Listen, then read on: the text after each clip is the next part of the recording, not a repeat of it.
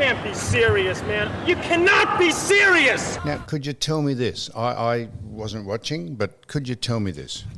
Nick Kyrgios, you know, the fated, who I actually don't mind, quite like his antics and all that, and he adds a bit of colour, played in an exhibition match against the hero of Australian and world tennis, Novak Djokovic, who quite rightly refused to be vaccinated because he said it was a sham, and it is.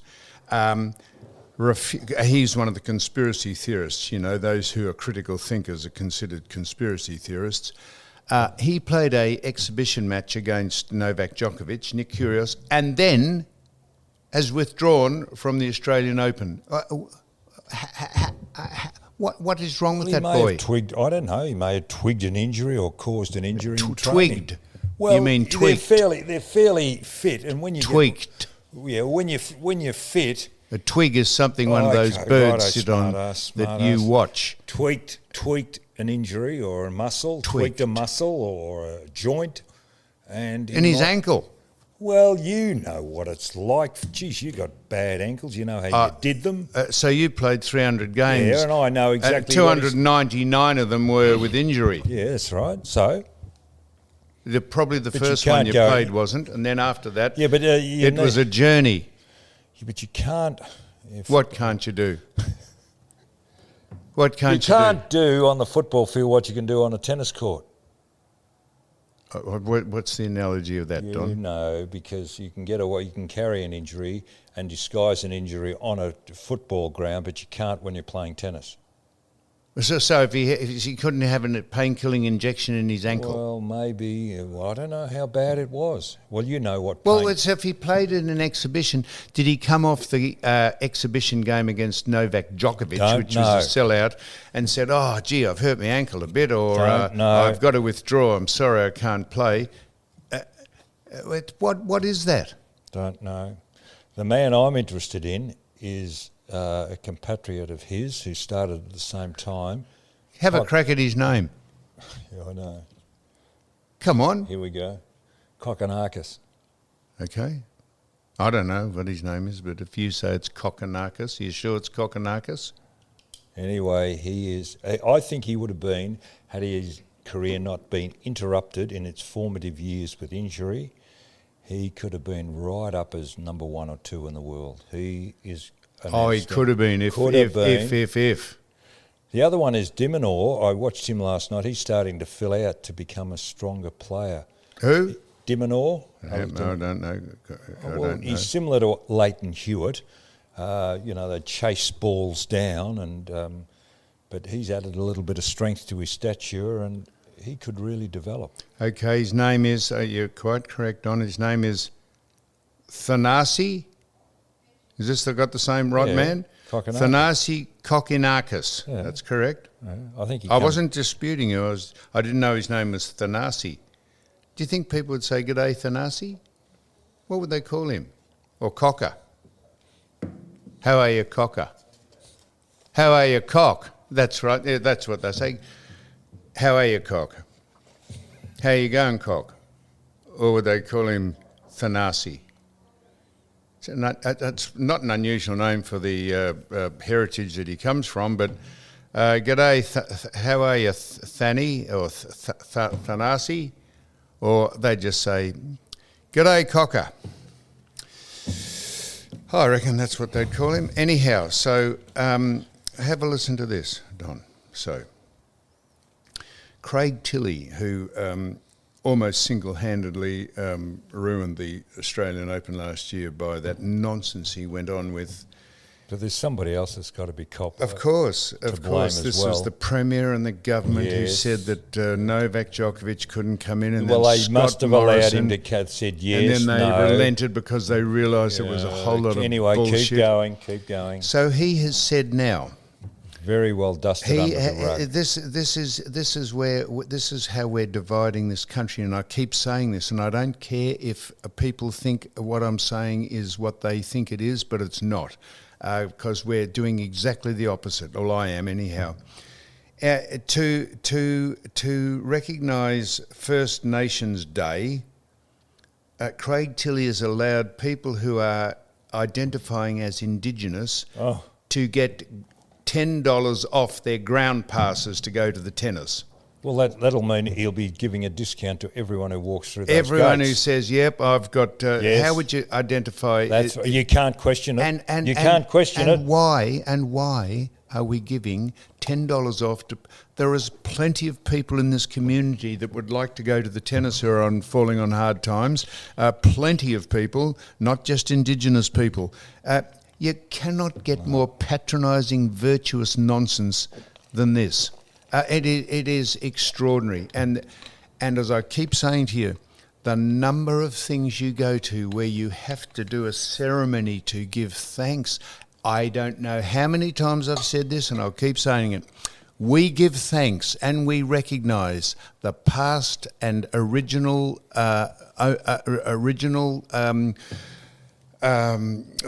inhabitants of this country. We do, and we give thanks to them and all that. After that, could we possibly get over the bullshit that they carry on with about? And I'll tell you this. Hang on, we got an important issue coming up. And the AFL started this. They started that with us. I don't care if you say I do this every week. They started this with Sheehan and you and me about discussing, even having the audacity of discussing why Nicky Winmar lifted his jumper up out at Victoria Park.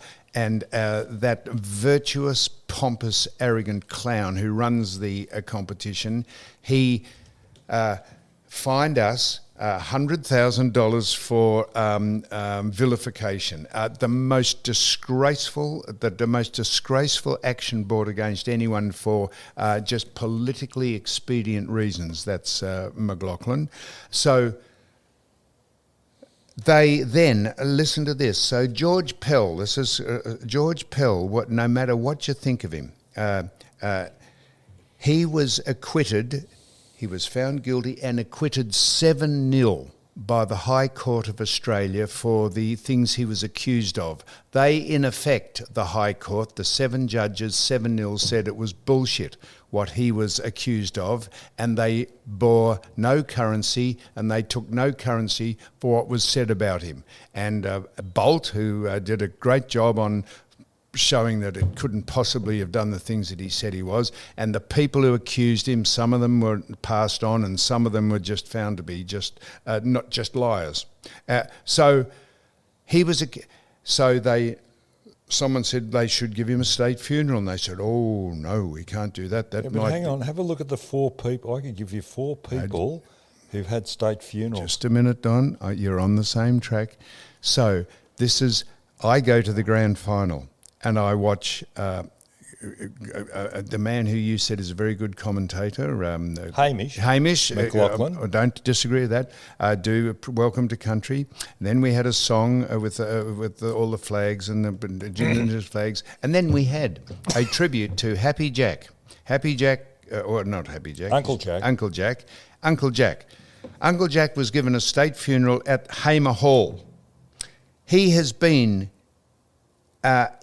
26 convictions against him for a whole range of subjects, a whole range of infringements: drugs, felony, thieving, 26. And we give that man, that person, a state funeral because we are just virtue signalling, trying to say there's them and us. And you wait till next week when Australia Day comes up, and all the AFL clubs who joined hands because of George Floyd, who was I've said this before, was a piece of shit. Shouldn't have been killed, shouldn't have had his neck stood on, but they made a memorial and monument, and they burnt half America down for a man who was honestly... And the AFL players, before the game a couple of years ago, stood around in a circle and held hands under the auspices of the people who run this competition. And I've said it on the Footy Show, and I'm saying it again now, if we could just keep out of the politics of sport and let people go with an open mind and watch the game, and why we fly 2 different flags above our buildings, and why we give thanks. We give thanks. How many more times can we say it? And it goes on and on and on, and it's cringeworthy, and people sit in the stands. And I notice the person who is Indigenous herself, the senator, I can't think of her name. Jacinta Price. Thank you. She says the voice that they're trying to put on Parliament. The voice, the Aboriginal community are represented. The 3% of people who are Indigenous are represented beyond comparison to anyone else. What, they in have Parliament? a voice in Parliament. Well, it's 12% Indigenous in Parliament. And there's 3. So I'm just saying they are represented. We gratefully and gladly give them $30 billion a year to do what they like with. Just hang on for a moment. You brought up something about the voice. It's just infuriating. I'm frustrated because we've got a referendum of, I don't know when it's going to come about the voice. We've got to vote on this. Yes. Everybody in Australia. I do not know a thing about the voice. I haven't seen anything of what it is, stands for, or whatever else, and I've got to go along and vote. I don't know either. Why isn't that I'll look published? it up while you're speaking. No, there's nothing around on it. Isn't and they're it talking about it. They've had meetings. Albanese, as soon as he was elected, there was something about the voice. But what about information about it? Because they virtue signal. They think, oh, look at us apologising for our white privilege and the fact that we're here, and we're apologising for who we are. Why is anyone apologising for who we are, who they are? It's us. Lionel Rose, again. We are Australians, the voice. So let me tell you what the voice... Go on then. While we're on this tack too, I signed and the guys I was with some teammates yesterday having lunch, and a young boy came up with a football book, and he wanted us to sign on the Hawthorn page. It's all teams in the AFL, caricatures and whatever else. So we signed the book. One of the guys I was with, Ian Payton, said, have a look at, in the Hawthorn thing, he's called Hawker, the Hawthorn mascot. I said, yeah. He said, have a look at Hawker, which I did. And he was in amongst a crowd of cartoon characters. He said, have a look closer. And I said, yeah, what's going on? He said, have a look at that. There was a female hawker. So you had a male hawker and you've got a female hawker. And then I flicked the pages to the others, and each of those emblems or mascots had a female. They consider the mascot to be male, so they had a female as a counter. You're not even interested? I am. Of course I'm interested, How Don. could you make a female bomber? I have no... It's an aeroplane. Yeah. An aeroplane. How do you make a female aeroplane? How do you make because sure... they call ships... They call ships... Ships are gendered by... female gendered. They say she's a beautiful ship. She sailed from Southampton. So a ship's feminine? It is. They call What's a plane? What is a plane? What do you classify a plane? Well, I don't know. Well, you just told me. Well, they've got to have the female derivative of that mascot. I know. But so this is why it's weighted. It's so hypocritical, and so it is so hypocritical, and when you just. Oh, insincere. So the voice. I googled the voice, and it said a singing competition on on the television. So it says the voice. The voice would be able to table formal advice in Parliament. I know what it's doing, but I want more information. Oh, well... I want more information. I know all that. We know it's going to be a recommendation to Parliament. I want more than just this generic... I want to know the finer print of it. Because who makes it up? I'll tell you who makes it up. The people who are invested in having this division go on and on and on. Who makes up the voice? Who are the people who make up the voice? Well, I was reading it out to you. Some parliamentary committee that is... No, it's not. They make recommendations. A parliamentary committee would consider that the advice. Yes. Yes? I don't know. Are they ever going to get a consensus? Who makes up the voice? Well, it was a bit like, I don't know. Who makes Anyway, up the onto a voice. lighter topic. I was watching the races on the weekend. Can I give a shout out?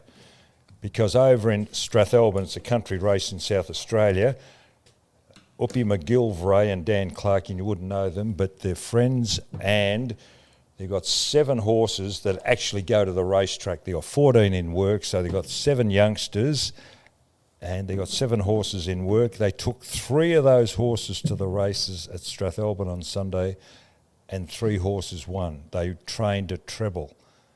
I know other trainers have done, but they've got a lot more for the return on their buck. That's an outstanding effort. Are they eating that new age grass that is now becoming very popular, that adds minerals and vitamins from a grass that is impregnated with those things illegally? Really? Yes, I've mentioned this once before to you. Have you? It is. I'll tell you what it's Go called. on. I'll have to Google it. I'll tell you what it's called.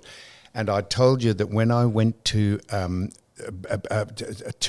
my son, who's upstairs, will verify this. When I went to Queensland, we just did, to fill in a bit of time, did some horse betting races, just on races. Oh, yeah. And a man who sold this product Yes. and supplied it to horse trainers said he nominated the horses that he feeds and nominated the horses that would win. And every horse that he You didn't nominated... tell me this story? I did. You didn't? I did. Every horse that he nominated and we bet on won because it had been eating this product. You sure it's a grass? I am sure it's a grass. I will Google it. But I'll ask my son, who's upstairs, if he's not listening to this. You can't hear me, can you? Are you talking to him?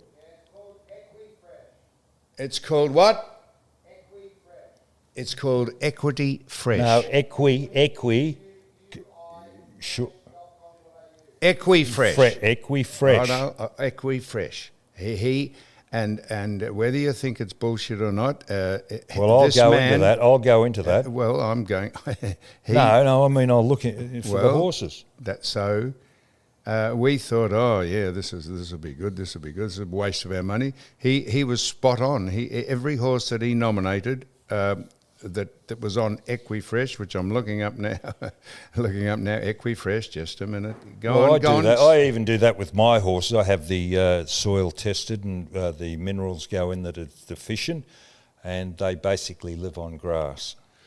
And you can get a lot of antioxidants and whatever else, and it's a natural feed, grass. But we just overlooked its benefits.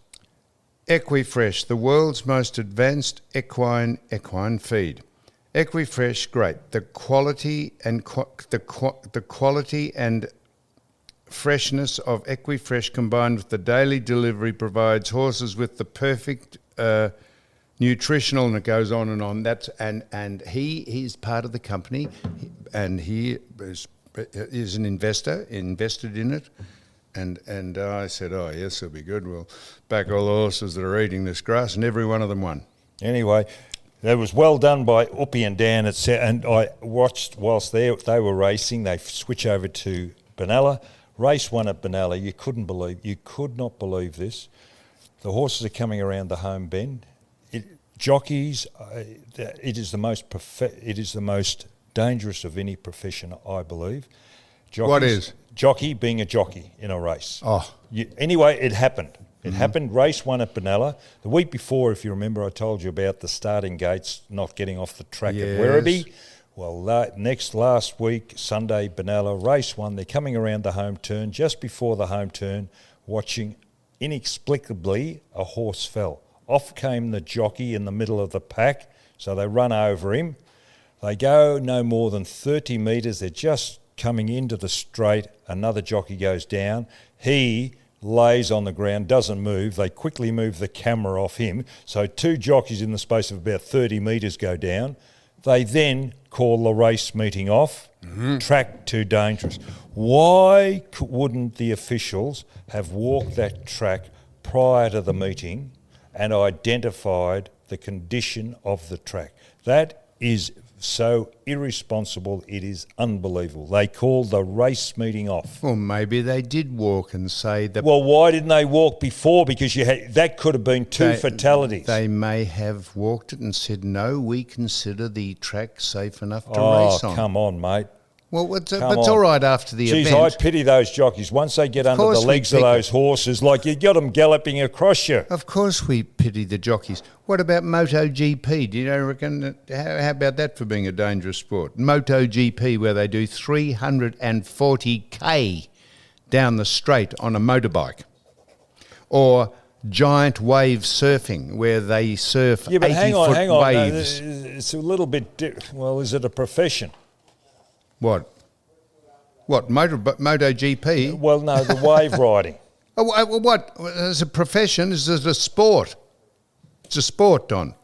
Paddling out. Being a jockey is a profession. It's a sport. It's a profession. It's the only industry that kept going. Racing was the only industry kept going in Victoria through the pandemic. Everything's a profession. Everything, every sport or every activity you do is a profession, Don. That's the very nature of the word. So Don, and so this is you finished there with that. Okay. Have a listen to this. There's a company out called Net Zero, that they have now marketed because they said 27,000 trees are felled a day to make toilet paper. They're making reusable toilet paper. That is, you wipe your ass with... you can buy that now. It's called recycled paper. Is that what you're talking about? Don, Net Zero is you wipe your ass with toilet paper, and then you wash it. And you put it back on the roll and you keep using it. What did they do before they invented toilet paper? Has that got anything to do with what I'm talking about? It has. You tell me. I don't know. That's what I'm asking you. Maybe use leaves or... Don. No, that's a valid question. Well, I don't know. What did they do? What did they do before they... invented the wheel? How did they push things around? Don, would you go to a house or a business or go into a toilet where there was reusable toilet paper on a roll that had been washed with someone else's shit off it?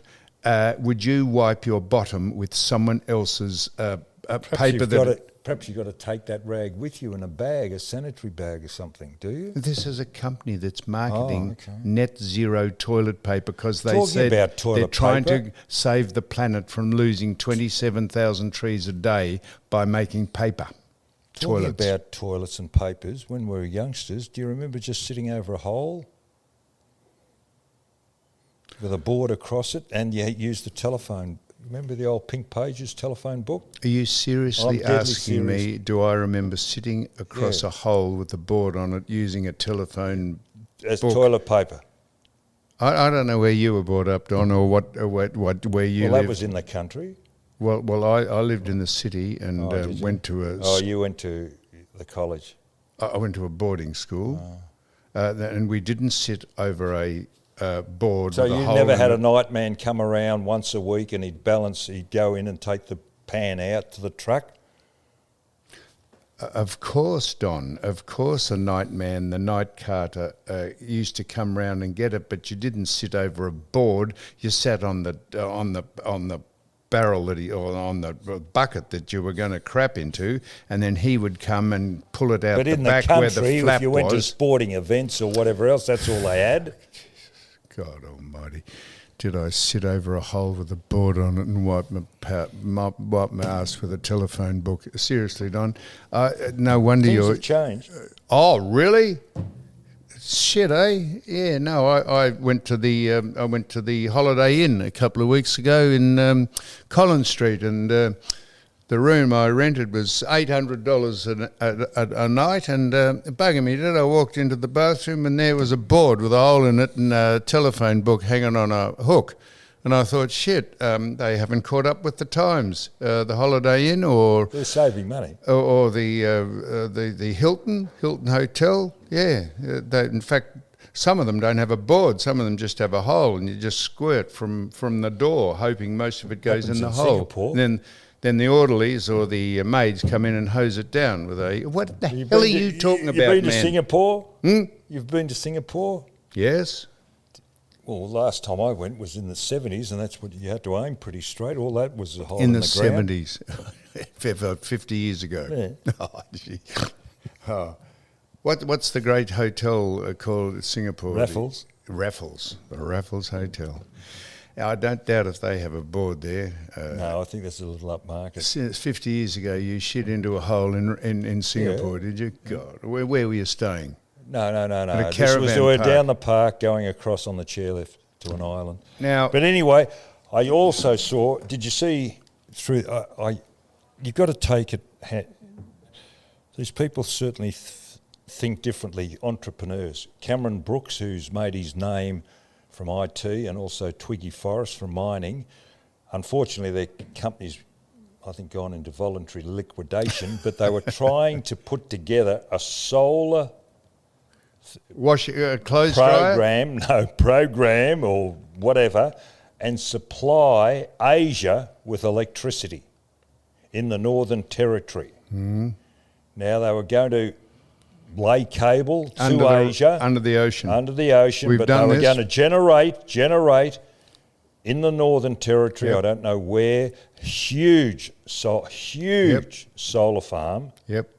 But it's gone into voluntary administration. Of course. Now, why, and not that I'm a smarty, but that's what I think we should be doing in Australia. Why wouldn't you supply Australia? Exactly. Why would you send Why- it overseas? Exactly. We spoke about this 2 years ago on this very podcast. What's that? About that exactly thing, us exporting energy across a pipeline, a cable under Who? the sea. We? Yeah, we did on this. I'm not saying you should remember, but we did. Because at the time I said, what in God's name wouldn't we look after ourselves first before we're doing all that? But obviously it's a money-making thing for both of them, and they're environmentally So aware. much money these men, making these, that both they've gone of out these of men. business. Beg your pardon? So much money making, they've gone out of business. Yeah, but they couldn't agree on, I don't know, the outcome or structure or direction of the company. But there is an idea. Why couldn't we? It was somebody else came up with the idea of diverting water from the Gulf country in up in Queensland. Yep. An entrepreneur. Yeah, But these Pratt. people think Dick Pratt. Dick Pratt said- these people think differently and bigger. Why don't we instigate some of these Arnhem things? Land goes underwater for 6 months of the year, and Dick Pratt said, why don't we put a big pipeline from where the reservoirs are or where all the water collects and pipe it down to Victoria. You sure he wasn't talking about the Gulf country? Arnhem Land. Well, that's the Northern Territory, isn't it? It's an island, isn't Arnhem it? Land. Arnhem Land's another name for the Northern Territory, isn't it? Maybe it's not, Don. I should know that. I'll check that in a minute. Now, this is I'm showing you, so you know. No, I'm not making it up. This is a news item. Breaking news: a 38-year-old man who forgot to put his parachute on has died in a tragic fall. Scientists say they are baffled as to what may have caused his death. Scientists are baffled. Scientists say they are baffled as to what may have caused his death. Well, I'll read that out again. No, I've got it. There's a man forgot to put his parachute on, jumped out of a I'm trying to plane, digest it. Why would... and there's a trying to- picture of him. There's a picture of him falling out of the plane, and they're baffled as to what may have caused his death. Do you think the scientists might have thought that because he didn't have a parachute on, that would probably have caused his death? Do you think that would probably be an explanation? I think it's out of their realm of expertise. Follow the science, you reckon? So, which begs the question, it is not necessary, do you know this, Don? It's not necessary to wear a parachute if you want to go skydiving. It's only necessary to wear one if you want to do it again. That is sort of a joke, Don. That registered nothing on the Richter scale on your face. It remains stone-faced and ashen, as it does always. Do you think that's humorous? It is not necessary to wear a parachute if you want to go skydiving. It is only necessary to wear one if you want to do it again, which is a bit like the scientists are baffled as to what killed the man who jumped out of the plane without a parachute.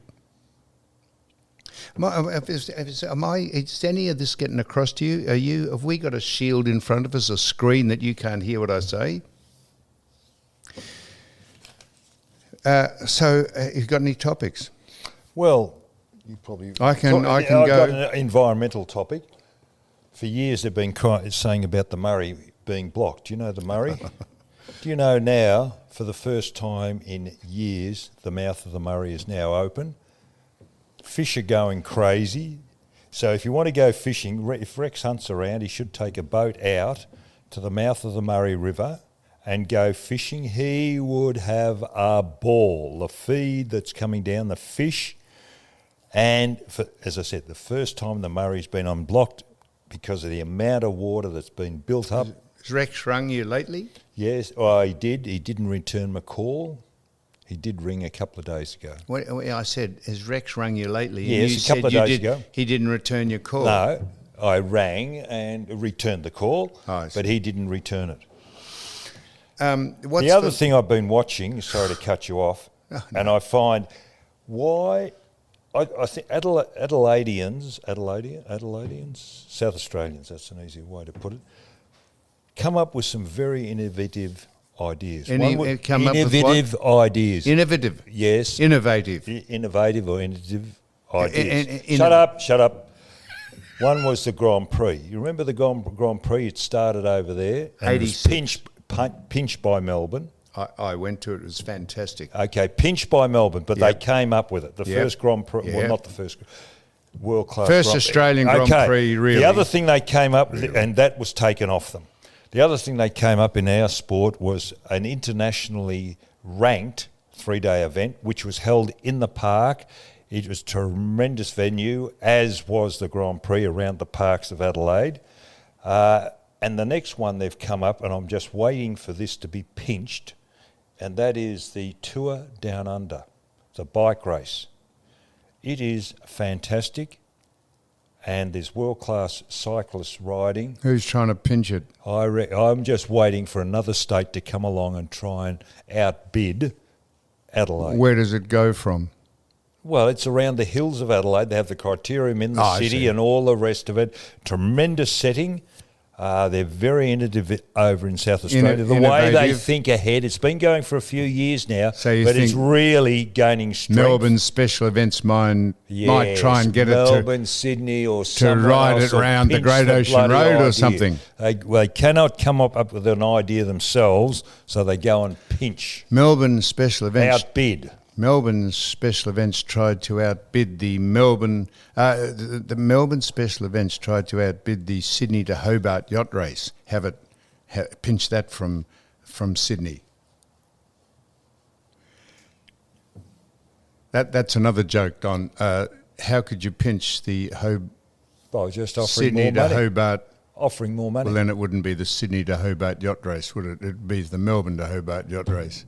That's another attempt at humour, Don. There's already a Melbourne. I've had 4 attempts at humour today, and you have not. It's either me the way I tell it, or it's you that you're a dullard, or a dolt, not an adult, a dolt.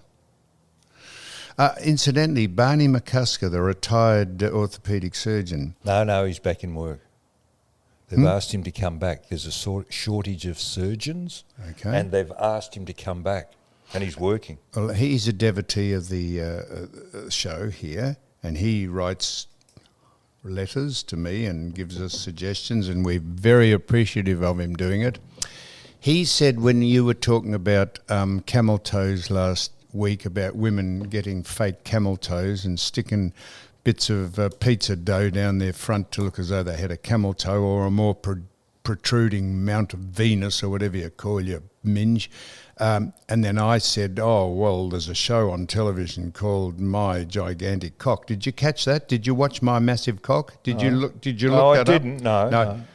Well, Barney sent me a text, and I'm not sure what it meant, so maybe you can help me. He said, listen to the show. This was last week. He said, you sounded like the Three Stooges.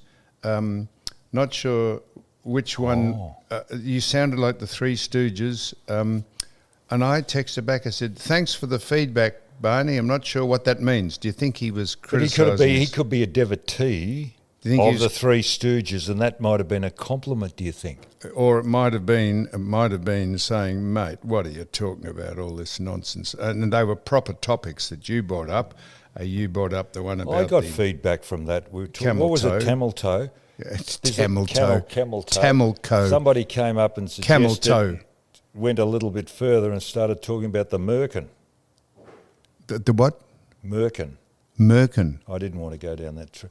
It's amazing who comes what up is to you a, in the what street is, and what listens is to this show.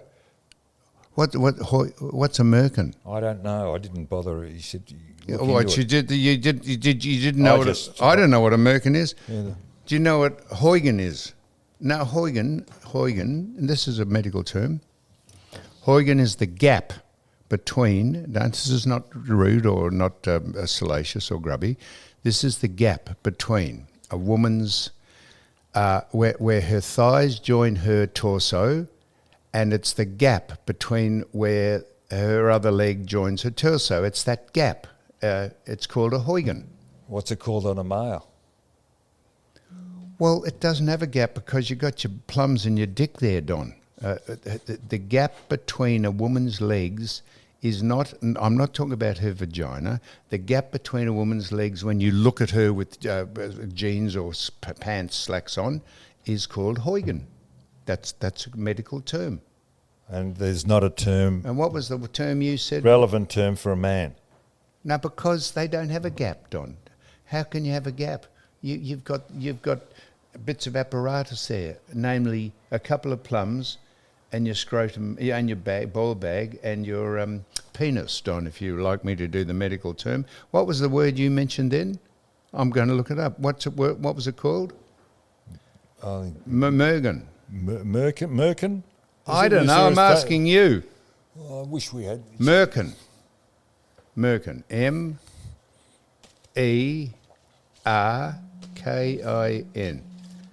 Merkin. You're quite correct. A merkin is an artificial covering of hair for the pubic area. So some people who might get, I presume women get a Brazilian, and if they want to not have a Brazilian just on occasions, they get an artificial covering of hair to make it look as though they've got pubic hair. Is that what it is? I don't know. The fellow listen to our thing on the, what is it called, camel toe. Yeah, well, he's quite right. Merkin, M-E-R-K-I-N. I didn't want to go and look into the Merkin.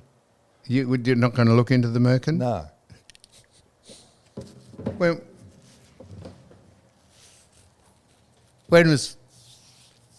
was the last time you looked into the Merkin, Don?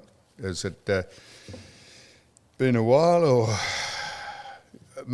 In fact, in days gone by, you didn't have to... There was no such thing as an artificial merkin. Everyone just had a natural merkin. Because people didn't shave the merkin, didn't shave the beaver. That was just... What do you mean? What did you say, leave it to beaver? Didn't shave the beaver. The beaver is a slang term. Talking about the old television show, Leave It to Beaver. I don't think that would be on anymore now, because the people would say, oh, shit, you can't call the show Leave It to Beaver. You know, got the father and the mother and the father and the two kids watching the television and call Leave It to Beaver. How would Barry Humphries go down there with his show?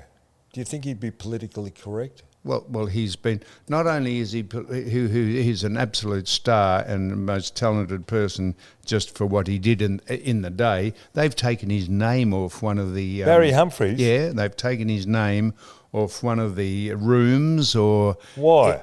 Because they consider him in this woke society. They consider him in one of the conservatories or theatrical rooms or something. They've taken his name off the Barry Humphries room because they said he was considered politically incorrect, which in those days wasn't politically incorrect. It was called humour. It was called entertainment. But I went and saw that man perform in the city, and I laughed so much I was in. That's right. I was in agony. I he didn't was want to humorous. laugh. I couldn't laugh anymore because right.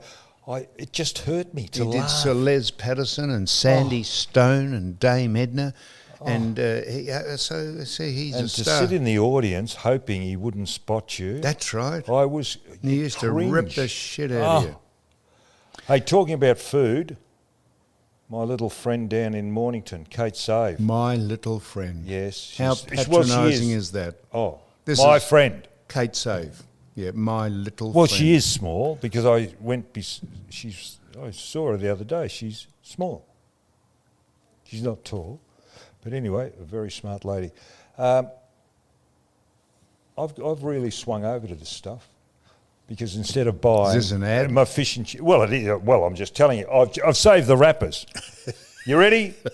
Cottage pie with cauliflower mash. That's what I had. One meal. Chili con carne. That's what my son had. He's now a devotee. Is he paying for it? Don't know. That is a very good point. He went to school with Kate. Little Kate. Little Kate. My little friend. Yes. Yeah. He went to school with her at Padua. I had Italian meatballs and also, this was beautiful, Italian meatball soup. So there were my 5 meals from Kate Save. So you've bought the actual wrappers in. I have. Well, That's the only reason I can remember is I'll do it again next week. Will you? I'll go down and buy some. Kate's coming in next week. Is she? Yeah. Oh. I got a text from her. She said, I'm dropping by. Oh, really? Maybe to see, you can say hello to your little friend when she comes in. Okay.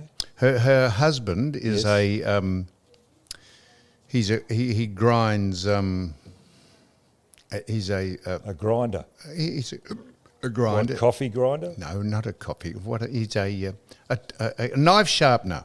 No, that's a father. What? A father. Oh, father's a knife sharpener. Yes, he made those balls. That's his recipe. You know those balls of the South I Melbourne thought her husband was dim sims? Is she married? Yes. Oh, I thought her husband was a knife sharpener. Father. Oh, father. He's responsible. It's his recipe for those balls, the South Melbourne dim sims. Now, you will say immediately that you agree with this, but I want you to think about this. The Russian tennis players, if you're from Russia or Belarus, and you're a supporter of a Russian tennis player or a Belarus tennis player, and I think Medvedev is one, isn't he? Mm-hmm. You're not allowed to take the colours of Russia or Belarus into the theatre as a headband or a flag even or a scarf to show... Hang on, into a theatre? Into the tennis. Oh, tennis, right. Yeah, to show that you support your countrymen. Now, that's interesting. They've banned the colours because Russia has invaded Ukraine. And the nonsense they carry on about Ukraine, feel very sorry for Ukrainians and all that, but Ukraine is no more a democracy than Russia is. Do you know that Zelensky has banned the opposition parties, he's jailed Christian priests, he has banned certain media outlets, and the US government have given Ukraine $200 billion and not $1 has been accounted for. They have no idea where it goes or who it goes to, and why we are involved, if we are at all, in the dispute between Ukraine and Russia is beyond me, and why, if you support someone from Russia who, by no fault of their own, Medvedev can't be held responsible for where he was reborn or Belarus, why you can't say you're a supporter of his by having a little scarf or whatever showing that you're the Russian flag. I mean, it's why can you wear a German flag? I mean, well, how long does Hitler, what Hitler did? Why can you have anything that displays anything about any government? How can that be banned in sport? Can I mention, you've just brought something to my attention, because I watched Alex de Minaur play last night, and I wondered who his opponent was, and I found that he came from Taipei. In between. That's right. But hang on. I'm watching, and there is his name. I can't pronounce it. But I was trying to pick his nationality out by the flag. Yep. But the flag was kind of blank. Yep. Because it's China. Let me finish, and I'm deducting. So they have a break. Deducing. And I thought, hang on, Taipei. Then I looked around the arena. One of the big sponsors is because there's Chinese writing. And I thought, shit, I wonder if there's a conflict between that Chinese advertising and Taipei. Spot on. That's absolutely correct. Because China doesn't recognise Taipei. I understand that, but I just saw... Yeah. So this is Craig again. Craig, bending and folding to nonsense. Stuffed up the last tennis Australian Open. Yeah, but he was never held accountable. Who held him to account? Exactly, that's right. People, I'm going to read this out again, Don. I'll read this out again. Our society is so dumbed down and indoctrinated that anyone who's critical is a critical thinker is perceived as a conspiracy theorist. That is about as accurate a statement as you can get. Now, we're going to close. I don't know if you've got any more to say, but we're going to close this off, Don, now. We've not heard from Phoebe. We've not heard from the doctor. The doctor, James Stewart, is coming in next week about the marijuana oil, which is going just gangbusters, medically grown shit that is good for you.